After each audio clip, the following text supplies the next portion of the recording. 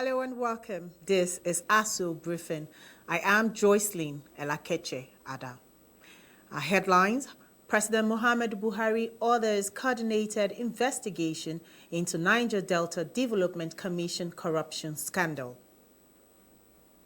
Nigerian armed forces and police to compensate landowners in Plateau State. FCT Ministerial Task Force on City Sanitation raid drug colonies. And on sporting scene, Nigerian clubs and the Nigerian Professional Football League to get financial support from NFF for next season's football campaign. You are watching ASO Briefing. Watch us live on www.asoradioandtv.com/live. Also on StarTimes TV, channel 127, and Free TV, channel 507. Join us for details after this break.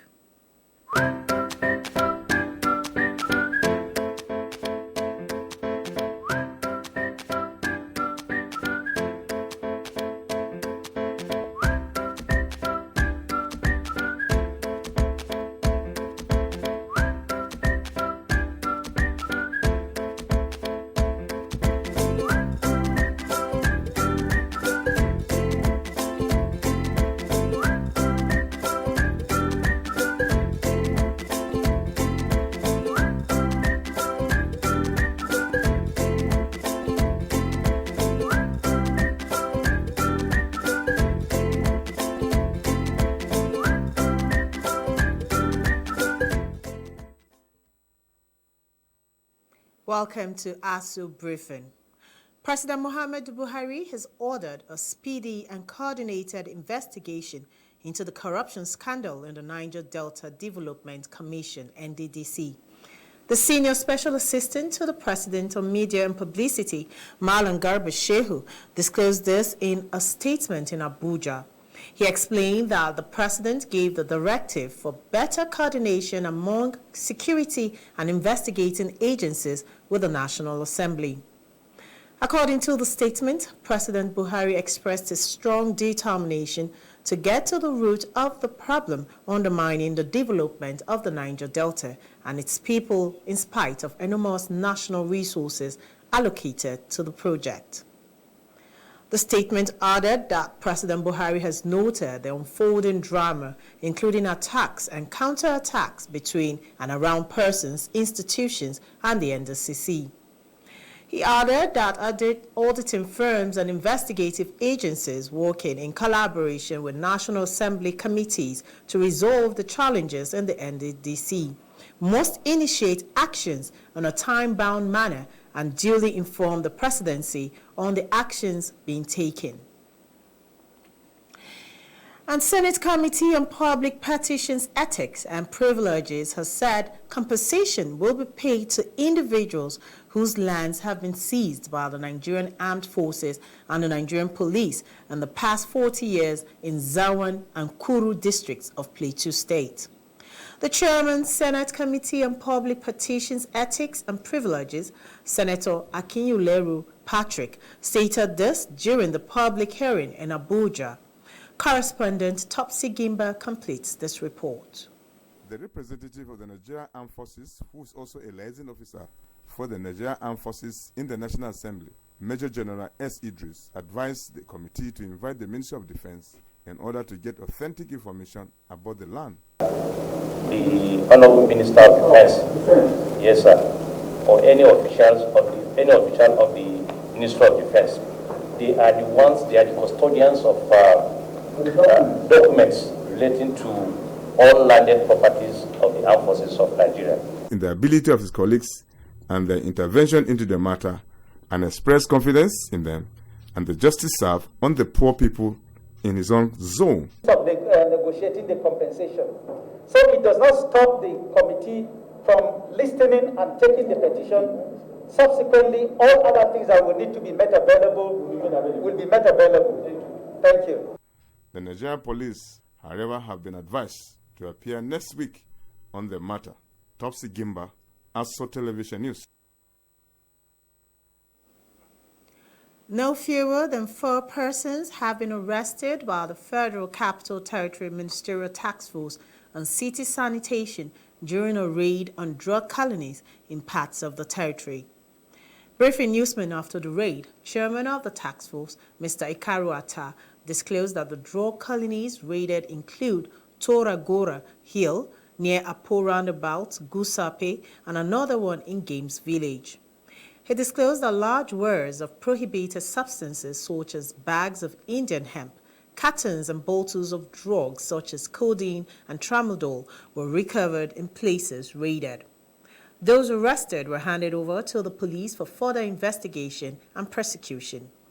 Mr. Ikaru Atta, who reiterated the FCT administration's resolve to sustain the fight against illicit drug usage in the territory, said the team would beam a searchlight on other drug dens in the territory. And the Presidential Task Force on COVID-19 has raised alarm concerning the amount of substandard hand sanitizers that are flooding the market. This was revealed by the chairman of the PTF on COVID-19, Mr. Boss Mustafa, during the PTF briefing. Mr. Mustafa decried that about 63% of alcohol-based hand sanitizers purchased by residents in the Federal Capital Territory, FCT, were not registered with the National Agency for Food and Drug Administration and Control, NAFDAC. He appealed to citizens to desist from manufacturing substandard goods, which could further endanger other unsuspecting Nigerians who innocently purchase them. Mr. Mustafa added that now is the time to turn adversity into victory by growing entrepreneurial skills and industrial base as the fight against fake drug products have been added to the national response. And still on COVID-19, up now to the update. 595 fresh COVID-19 cases have been reported by the Nigeria Center for Disease Control. The cases were recorded in 23 states and the FCT. Lagos State recorded the highest infections with 156 new cases, and followed by Ondo State with 95 new cases. Rivers State recorded 53 new cases, while Abia had 43, Oyo had 38, Enugu with 29, and Edo had 24 new cases. Others include the FCT with 23 new cases, Kaduna with 20, Akwa Ibom, Anambra, and Osun states recorded 17 new cases each. Ogun had 14, Kano had 13, Imo with 11, Delta 6, Ekiti has 5, while Gombe and Plateau recorded 4 cases each. Meanwhile, Cross River recorded 2 fresh cases, while Adamawa, Bauchi, Jigawa, and Yobe states recorded 1 cases each. The total number of infections in the country now stands at 34,854. So far, 14,292 patients have been treated and discharged with a death toll of 769. Here is a look at the statistics across the states.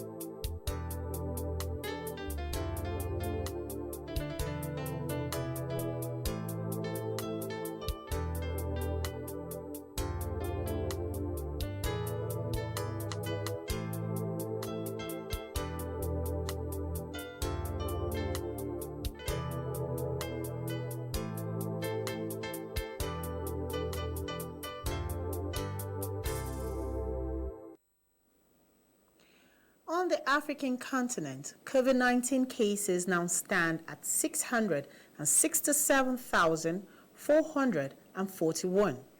14,399 deaths have been recorded so far, with a recovery rate of 346,690.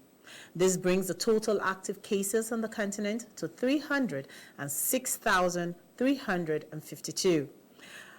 And moving on the global scene, 32,772 new cases of COVID-19 have been recorded. This brings the total cases globally to over 13,900,000. However, 8,300,816 patients have recovered, with 593,195 deaths. Moving on. You are watching ASO.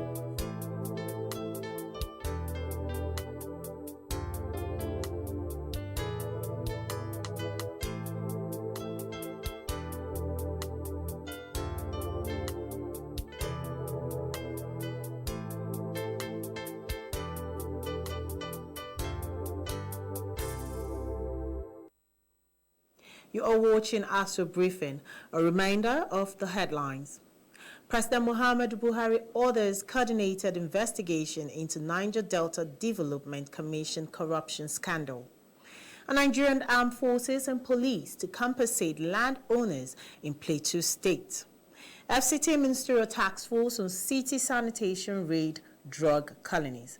And still to come on ASO Briefing, federal government inaugurates campaign strategy team for Dr. Ngozi Okonjo-Iweala. Stay with us for more stories after the break.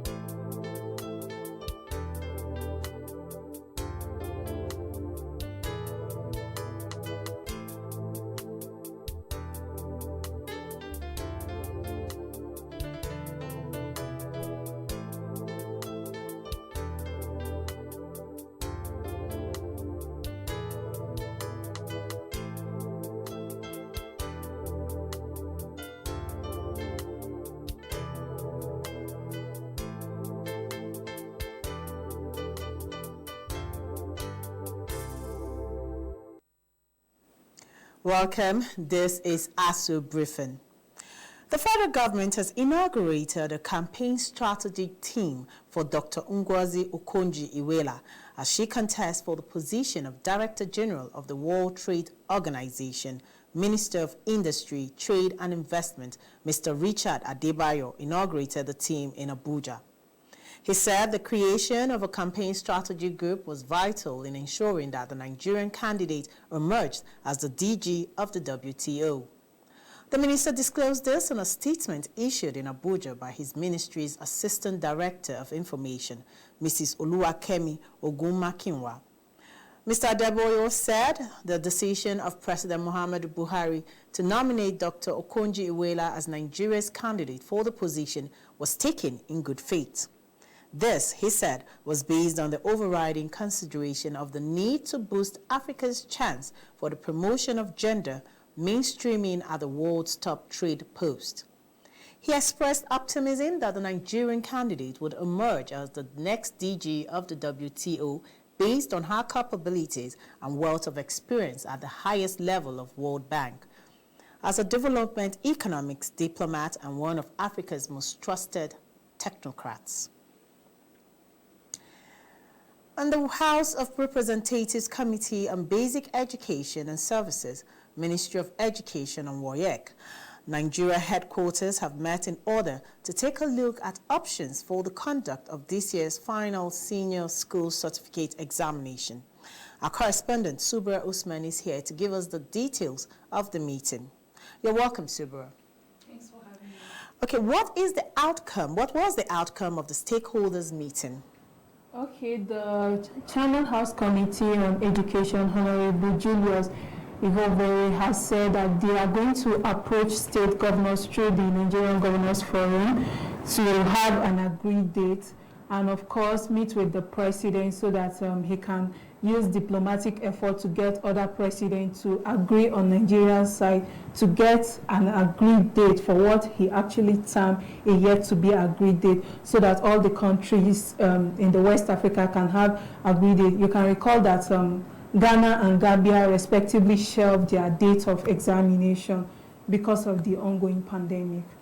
Okay, so does this mean that schools will resume for the final year students to prepare for the examinations? Yes, the Honorable Minister of State, Honorable Chukwuemeka Nwajoba, stated this during the stakeholders meeting that the school will resume only for the final year students to prepare and take their exams once all the protocols are met.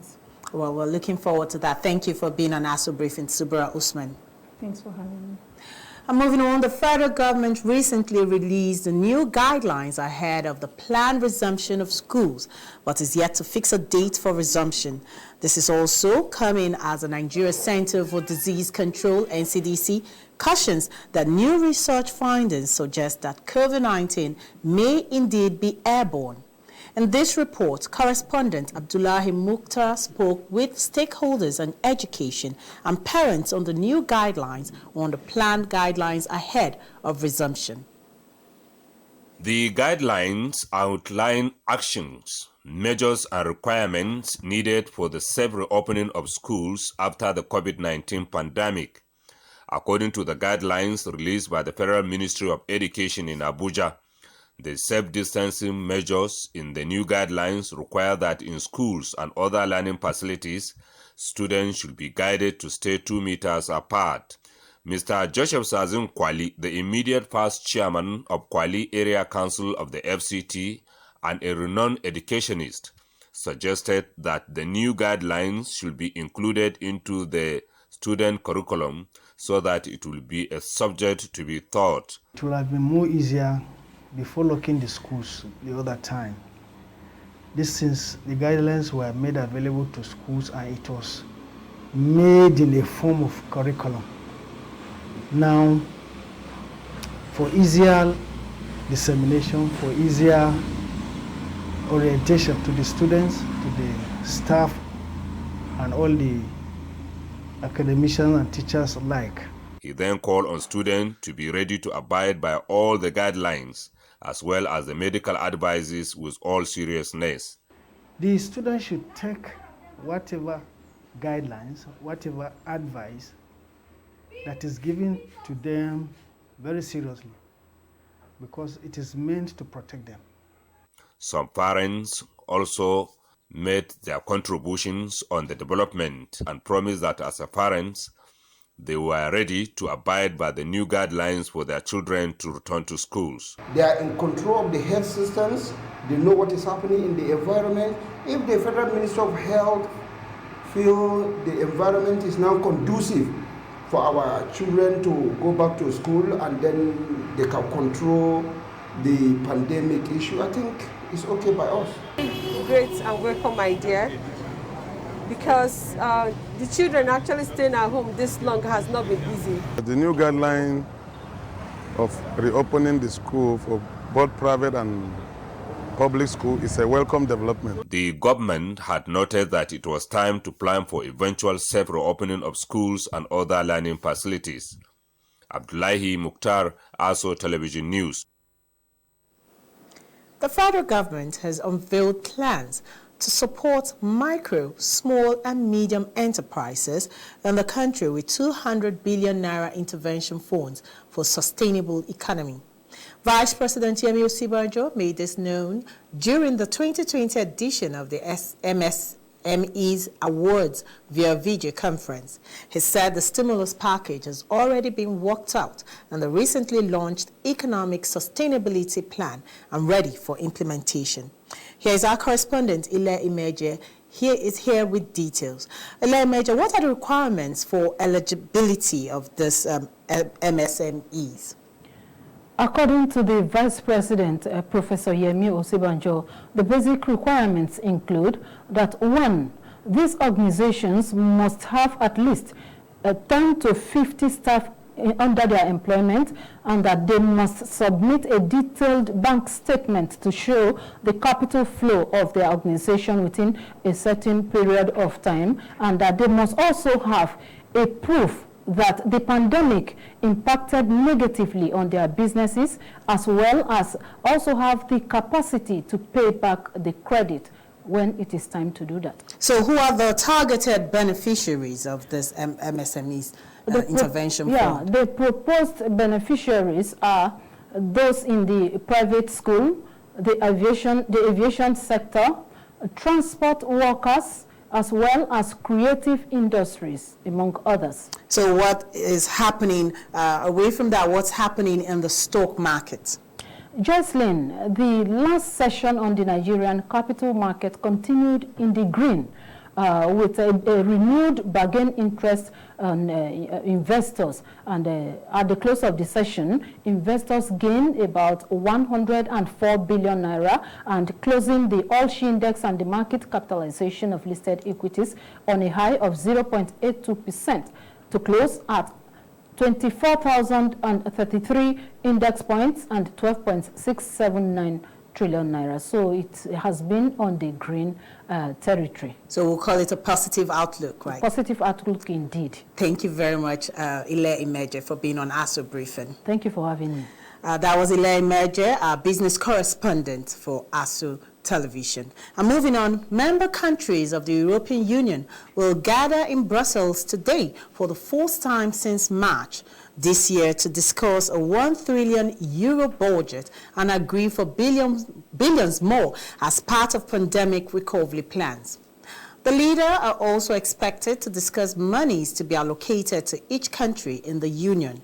Our correspondent, Oga Adikbe Oga, has more. We really apologize. That report will be ready on our 3 p.m. news bulletin.